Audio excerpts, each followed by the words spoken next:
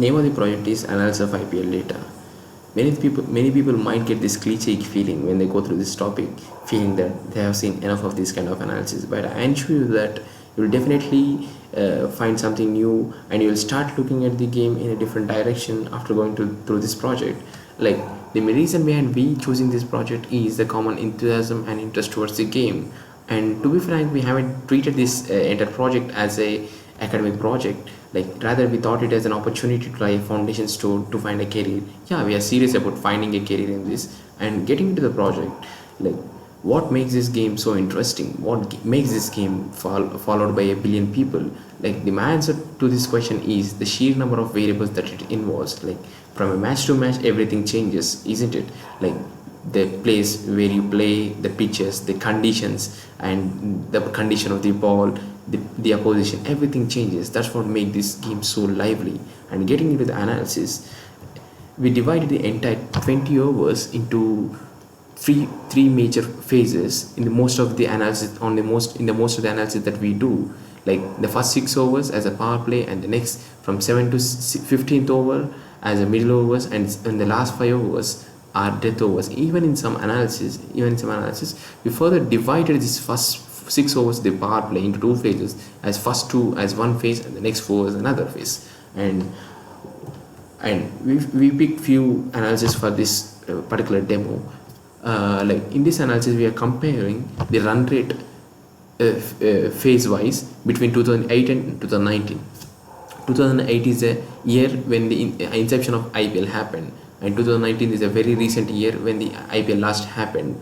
And from in 2008, when it is newly 2008 when IPL is introduced, the T20 format is a brand new format. Players don't have a good idea, solid idea about approach of the game. But as the years pass by, the players are knowing about the game well, and their approaches have become much clearer compared to the 2008. Now, in the recent days, compared to 2008, the changes that I observed is the bats are getting bigger, and the players are getting much stronger, and the player going with a good fearless approaches. And that's evident from this graph also. Like, this graph will support the factors that I said. Like, here the red line indicates the 2019 one, and the blue line indicates the 2008 one, and clearly red line is dominating the blue line throughout. So that will give some serious support to the arguments that I said. But in contrast, like, not in contrast, but like, when you compare with the same years, if you're comparing the batting second run rate, this is like almost in the 90% of the graph, what we observe is red line. The same 2019 line is dominating the 2008 line, but in this small portion of the area, the blue line is dominating. Well, you might ask a question that why the factors that you said are not happening in this particular phase. Well, what I feel is, no matter how much you practiced, no matter how much you train, you might still, like, when you're coming to second innings, there is a pressure of target, isn't it? That's what make the people succumb to the pressure.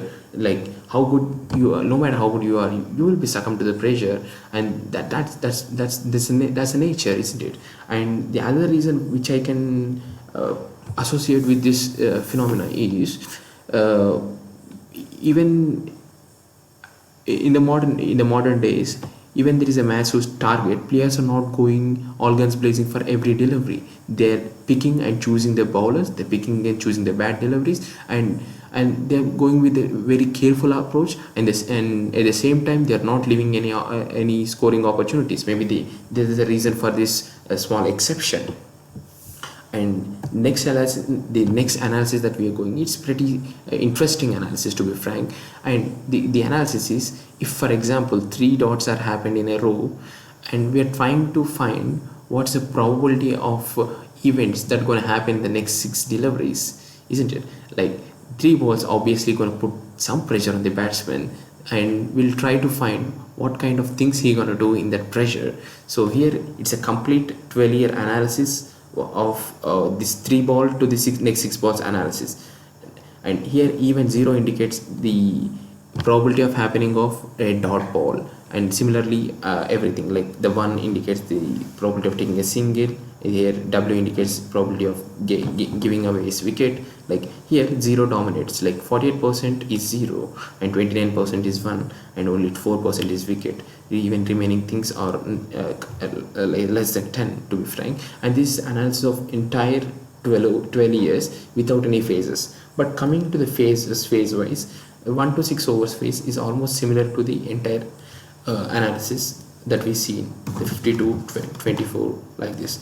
And coming to the next 7 to 15, here the number of dot balls has decreased and number of singles has increased, and remaining things are almost same. But here is something interesting, isn't it? Like in 20 from 16 to 20 overs, the dot balls has decreased and almost the singles are almost the same. But one thing is increased significantly. Like the probability of getting a wicket is 8%. You might think 8% is small, it's pretty small, but compared to the 4%, it's almost doubled. It's almost doubled in the just span, like from 17 to 15 to 16 20, it's almost double. So these kind of insights we are finding through this analysis, and we have done so many analysis on these things.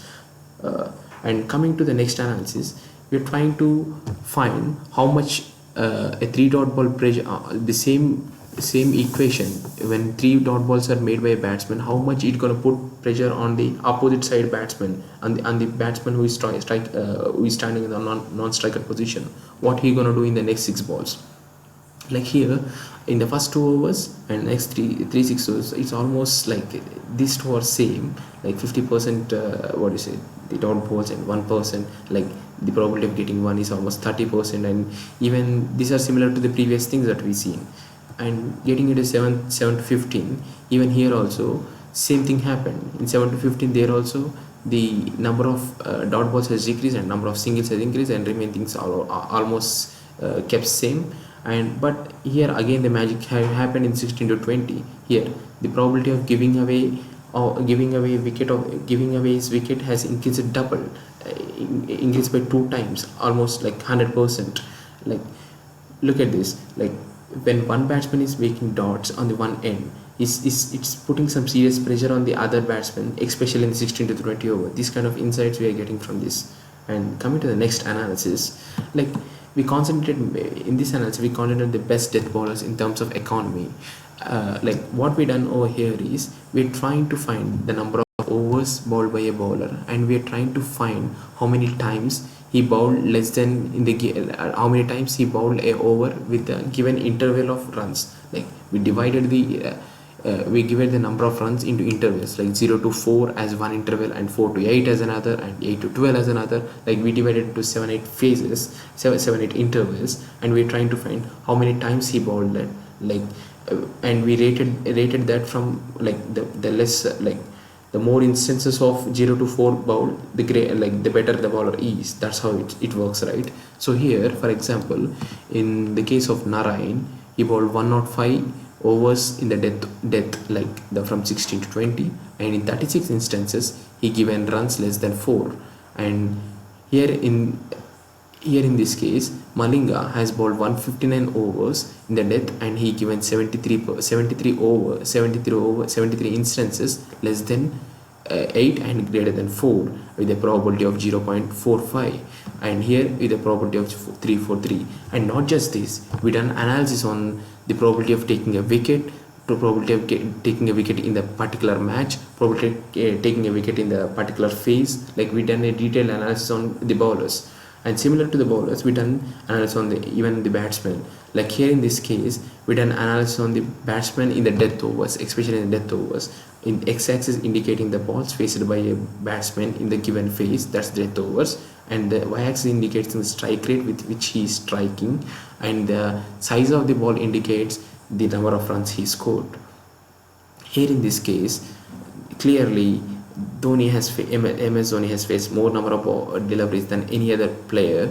And even this, look at this size of this ball, it's gigantic, isn't it, when it's compared to the other balls. So it just shows that he scored more number of runs, and he's scoring at good strike rate too. That's 200, like it's almost 12 and over. And but when it comes to the sheer strike rate, AB de Villiers stands first, isn't it? Like, but he faced less number of deliveries compared to the MS Dhoni, but his strike rate is pretty high with 240, under Russell with 220. But when you compare to and there are so many insights you can take out of this, like how good a player MS Dhoni is in the death overs. Like this we done similarly for the batsman also, we done analysis on the based on the phases, and there are so many analysis that we